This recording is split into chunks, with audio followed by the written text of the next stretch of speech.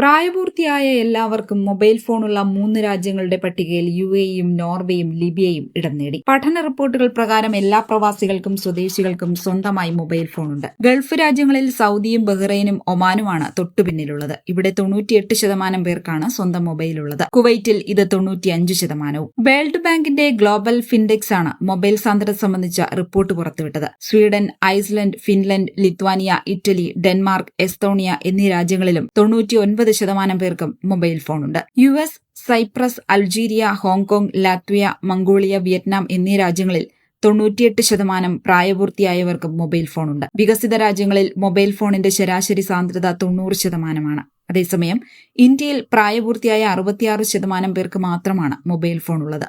പാകിസ്ഥാനിൽ ഇത് 63%, ഫിലിപ്പീൻസിൽ 78%, ഈജിപ്തിൽ 85% എന്നിങ്ങനെയാണ് കണക്കുകൾ. ആഗോള ശരാശരിയിൽ 86% മുതിർന്നവർക്ക് മൊബൈൽ ഫോൺ ഉണ്ടെന്നും റിപ്പോർട്ടുകൾ സൂചിപ്പിക്കുന്നു. GCC രാജ്യങ്ങളിൽ ഇന്റർനെറ്റ് ഉപയോഗവും ഉയർന്ന നിലയിലാണ്. കഴിഞ്ഞ 3 മാസത്തെ കണക്കുകളിൽ 86 മുതൽ 99% വരെയാണ് GCC രാജ്യങ്ങളിലെ ഇന്റർനെറ്റ് ഉപയോഗം. മൊബൈൽ വഴിയുള്ള ഓൺലൈൻ പർച്ചേസിൽ ലോകത്ത് 1-ാം സ്ഥാനത്തുള്ളത് UAE ആണ്. ഇവിടെ 37% മൊബൈൽ വഴിയുള്ള ഓൺലൈൻ പർച്ചേസ്.